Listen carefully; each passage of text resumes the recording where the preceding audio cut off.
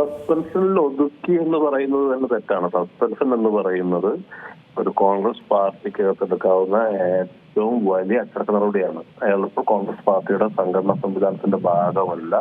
Youth കോൺഗ്രസിന്റെ പ്രസിഡന്റായിരുന്ന ഇന്നലകളിൽ കോൺഗ്രസിന്റെ ഏറ്റവും പ്രോമിസിംഗ് നേതാവായിരുന്ന ഒരാൾ പാർട്ടി സംഘടനാ സംവിധാനത്തിന്റെ ഭാഗമേ അല്ലെന്ന് മാത്രമല്ല, പാർലമെന്ററി പാർട്ടിയുടെ ഭാഗത്തു നിന്ന് പോലും നീക്കാനുള്ള നടപടികൾ ആരംഭിച്ചു കഴിഞ്ഞിരിക്കുന്നു.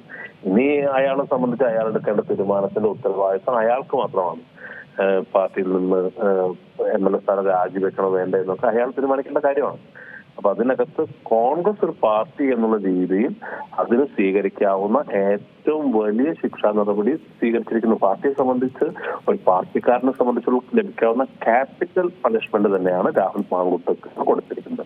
അതിനെ ലഘൂകരിക്കരുത്, അത് ലഘൂകരിക്കുന്നത് ശരിയല്ല. ഈ കോൺഗ്രസിനുള്ളിലെ തന്നെ വനിതാ നേതാക്കൾ ഉൾപ്പെടെ ഇന്നലെ പറഞ്ഞതാണ് രാജിവെക്കണം എന്നുള്ള കാര്യം. അതൊന്നും അതിലേക്കൊന്നും എത്താതെ ഒരു സസ്പെൻഷനിലേക്ക് വന്നു എന്നുള്ളത് ഒരു വലിയ കാര്യമാണോ? രാജിവെക്കേണ്ടത് രാഹുലാണല്ലോ, പാർട്ടിയല്ലോ രാജിവെക്കേണ്ടത്. അയാൾ പാർട്ടിയുടെ ഭാഗമേ അല്ല എന്ന് പറഞ്ഞാൽ അത് വ്യക്തമല്ല. അയാൾ ഇപ്പോൾ പാർട്ടിക്ക് ആവശ്യപ്പെടാമല്ലോ, രാജിവെക്കുക എന്നുള്ളത് പാർട്ടിക്ക് ആവശ്യപ്പെടാൻ കഴിയുന്ന കാര്യമല്ലേ?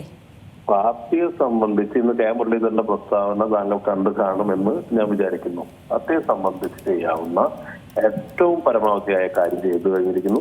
പിന്നെ ഇത്തരം കാര്യങ്ങളൊക്കെ പറയുമ്പോൾ സമാന സംഭവങ്ങളിൽ മറ്റാരും ചെയ്യാത്ത സംഘടനാപരമായ ഒരു പുതിയ സംസ്കാരത്തിന് ഒരു പുതിയ തുടക്കം കുറിച്ചു തന്നേ ഉള്ളൂ. ഇതിപ്പോൾ ഒന്നാം ഘട്ട സംഭവമായി, ഒന്നാം ഘട്ട നടപടി സ്വീകരിച്ചു, രണ്ടാം ഘട്ടമായി സ്വീകരിച്ചു.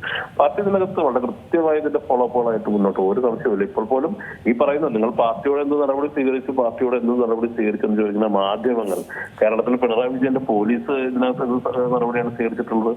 ഇതര നടപടി ഉണ്ടായിരുന്നു, വനിതാ കമ്മീഷൻ DGPക്ക് കൈമാറിയിട്ടുണ്ട്, എന്തുകൊണ്ട് FIR ഇട്ടില്ല എന്ന് ചോദിക്കേണ്ട ബാധ്യത നിങ്ങൾക്കില്ലേ? പക്ഷേ അത്തരം നടപടികൾക്ക് കാത്തു നിൽക്കാതെ വളരെ കൃത്യമായ രാഷ്ട്രീയ നിലപാട് സ്വീകരിച്ചുകൊണ്ട് കോൺഗ്രസ് മുന്നോട്ട് പോവുകയാണ്. അത് ആർക്കും തന്നെ വിലയിരുത്തപ്പെടേണ്ടതുണ്ട്. അപ്പൊ അത്തരം നടപടികളിലേക്ക് കടക്കുമ്പോൾ ഒരുപക്ഷെ ഒരു രാജിവെപ്പിക്കുന്ന തരത്തിലേക്ക് എത്താൻ സാധ്യതയുണ്ടല്ലേ? ഇത് സാധ്യതകൾ ഇപ്പോൾ സ്വീകരിക്കാനും നിഷേധിക്കാനും സാധ്യമല്ല. പാർട്ടി ഇതിനകത്ത് വളരെ കൃത്യമായി പാർട്ടി അത് നിരീക്ഷിച്ചു വരികയാണ്. ഏറ്റവും പുതിയ വാർത്തകളും വിശേഷങ്ങളും വിരൽത്തുമ്പിലറിയാൻ സീ മലയാളം ന്യൂസ് എല്ലാ ഡിജിറ്റൽ പ്ലാറ്റ്ഫോമുകളിലും ലഭ്യം.